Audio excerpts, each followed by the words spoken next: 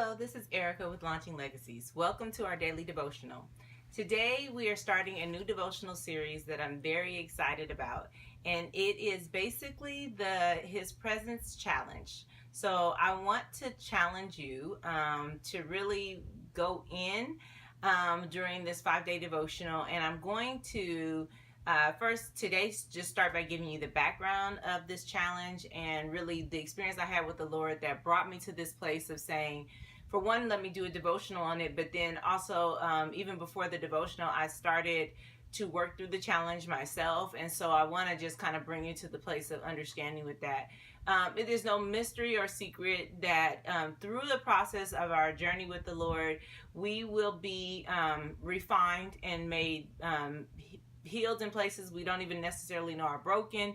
We'll be restored in places that we knew were broken. There'll be a journey in which we have to grow and change, and we will make mistakes. So I hope that you are I hope that you know that you're going to make mistakes, you're going to fall short, and you're going to learn things about yourself that you may not be proud of on the journey of really getting to know the Lord and developing this journey of intimacy and being close to Him. And so I want to just encourage you by saying that. But as I've been on my journey, which shall be for the rest of my life, I just believe that we are being perfected every day through every bit of our relationship with the Lord. So all the time that we spend with the Lord, all the energy that we focus intently towards being with Him and knowing Him and growing in Him, those places become stronger, better, clearer, more natural places for us as we spend time. And so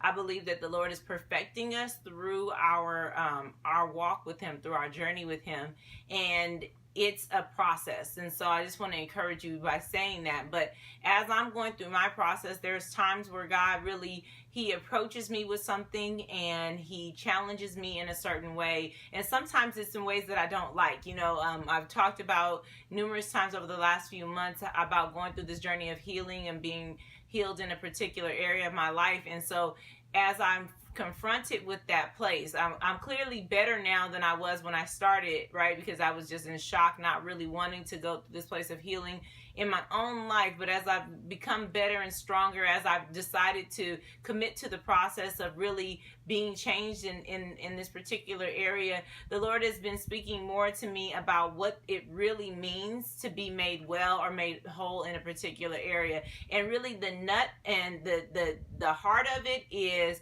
like grow in intimacy with me. That's the heart of it. Grow in intimacy with me. You can do a whole lot of things, but if you grow in intimacy with me and particularly focus in these areas, you'll be made well.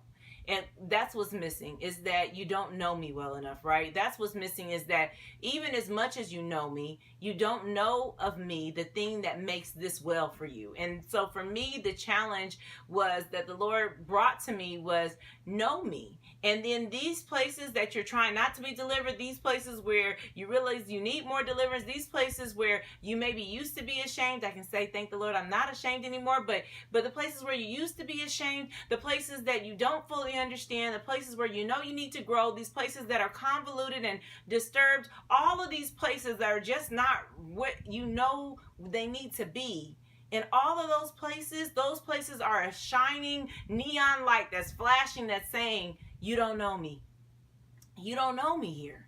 You don't know me in this way. You don't understand me here. You haven't grasped this part of me. This is a part of me that you don't get. And some people will say, well, yeah, but you'll never really fully know God. No, but you may never fully know Him, but you'll know Him better if you go into the place of knowing Him better. And so my challenge from the Lord was really based off of a passage in Psalms, and that's Psalms 27:8. And the scripture says, in the Amplified version, it says, look at, when you said to me, seek my face, and when you said to me, seek my face in prayer, require my presence as your greatest need, my heart said to you, your face, O Lord, I will seek on the authority of your word.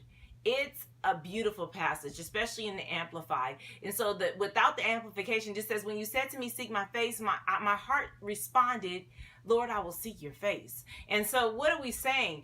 Lord, I will seek your face. So what God said to me was, I know you want to be healed in this area. I know you want to be resolved in these places. I know you want to grow past this area of brokenness. I know you want my glory to be amplified in your life. I know that's what you want. I know that because that's what you're saying to me. I know that because if you didn't want it, you wouldn't go through the suffering that leads to the healing. You wouldn't face the places where you are all damaged and wounded, and the places where you've hurt other people, and the places where they hurt you, and the places that it just hurts and you don't even really know who did the hurting. You would never face those places if you didn't want my glory to be seen in your life.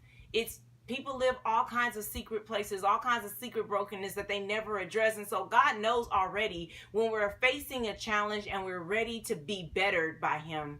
And so his call to me is what I want to challenge you with as I give you the background, that God really wants to say to us to seek his face. And he wants our hearts to respond, Lord, I will seek your face.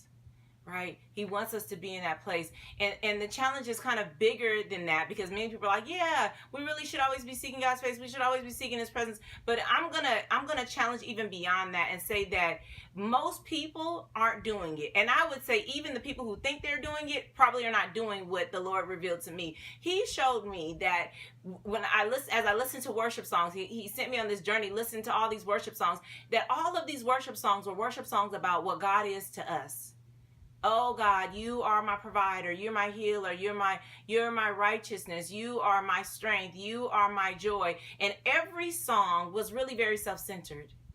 And as I looked at it, many sermons that I remember were very self-centered. Even they talk about the presence of God. They're talking about the presence of God for our pleasure, the presence of God for our enjoyment, the presence of God for our success, for our benefit, for our blessing, because we are hurting, because we are broken, because we are sad, because we need healing, because we need this, because we need that. And God was just like, Erica, I am done talking with you about my presence for your pleasure, for your benefit, for your healing. Not because I don't want to do it. Of course I'm going to do it. It's who I am. But why is it that your relationship with me is all about what I can give to you and how you can benefit? Healing is for me, or for those who I want to be healed.